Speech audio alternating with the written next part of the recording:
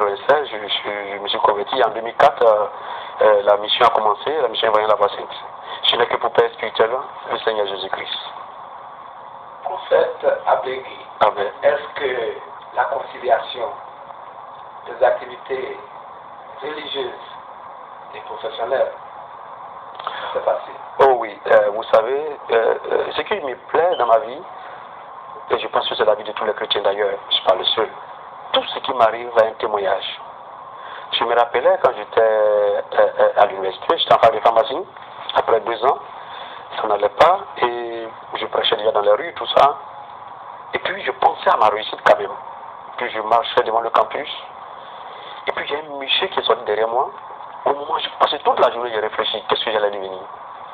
Il est sorti, il a dit, mon frère, est-ce que quand tu vois quelqu'un comme ça qui pense, qui veut que Dieu n'a qu'à le faire réussir, n'a qu'à avoir travail, est-ce qu'une telle personne, lorsque la personne a travail là, est-ce qu'une telle personne comme ça, demain doit abandonner Jésus?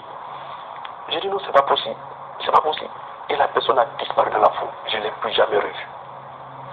Immédiatement, je n'ai pas tenu compte des étudiants, de tout ce qui était autour de moi, je me suis accroupi. J'ai dit, Père, si tu sais que le travail que tu as me donné, je vais te renier à ce travail, mieux vaut ne pas me donner du travail. Mais si tu sais que tu me donnes ce travail et que je vais te renier un lundi, que je meurs un dimanche, car je préfère vivre avec toi que de te renier avec du travail. Et là, les gens pensaient que j'étais malade, j'avais mal au ventre, alors que je me suis prier. Et quand je suis revenu le soir, vous savez, il y a toujours un ange de Dieu qui a l'habitude de vraiment, je dis bon, j'ai l'habitude de voir dans la présence du Seigneur.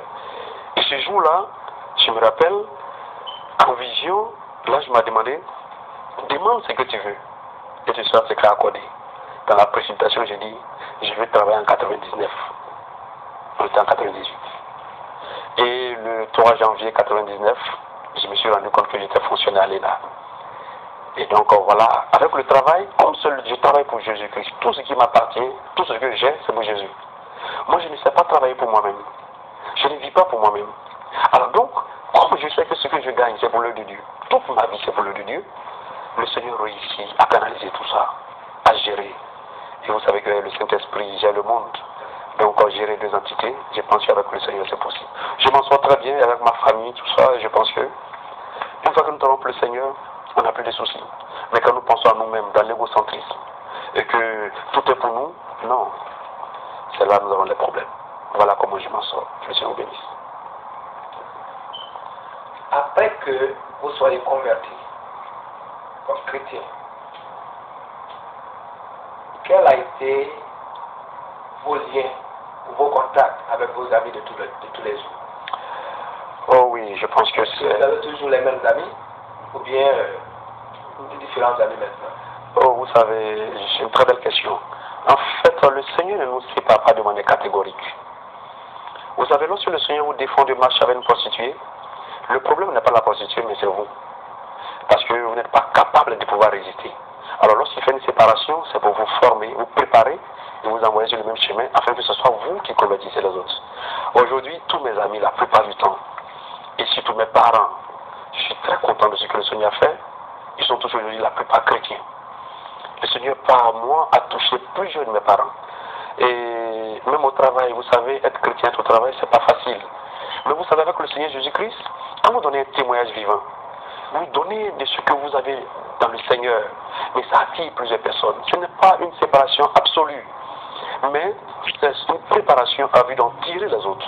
Et donc aujourd'hui, mes parents, beaucoup sont convertis, en dehors de ma grand-mère qui n'est pas encore convertie, mais j'ai pris pour elle. Et mes amis, j'ai une curiosité. Vous savez, j'étais dans le monde, je faisais tellement le malin. Ce qu'on appelle souvent chez nous bluffé. On était fiers d'être dans le monde, fiers de s'amuser, fiers de prouver que nous sommes là. Mais dans le Seigneur, c'est la même chose que je fais. Je suis très fier d'être dans le Seigneur. J'aime montrer que dans le Seigneur, mais c'est mieux que dans le monde. Donc j'attire. Il ne faudrait pas présenter le royaume de Dieu avec un visage de tristesse. Il ne faudrait pas présenter le royaume de Dieu comme si tout va mal, comme c'est un chaos. Mais je ne peux pas comprendre que nous sommes très heureux dans le monde et puis nous sommes tristes dans le Seigneur. Mais je connais des gens qui n'ont rien à manger dans le monde. Ils disent ça va aller. Mais qu'est-ce dans le Seigneur qui n'ont rien à manger? Ils disent c'est une calamité.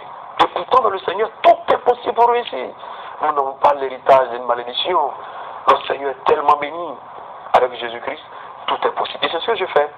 Et Et donc dans le travail, j'attire des amis, j'attire mes patrons, j'attire des collègues, mes amis. Chaque fois que je veux que lorsqu'on parle de moi, on dit mais non, mais ça va, il a percé en Jésus-Christ. Et donc tout va très bien et ça marche par le Seigneur. Comme nous parlons actuellement d'amour, nous savons que dans les églises, il y a beaucoup de calomnies. Que pensez-vous de la situation qui domine les églises? Oui, c'est une préoccupation très pertinente. Vous savez, en tant que prophète et en tant que même serviteur de Dieu, nous travaillons sur la matière. Et la matière dans l'église, c'est notre âme, c'est notre esprit et notre corps. Tout serviteur de Dieu doit savoir ces trois entités pour savoir quel est l'impact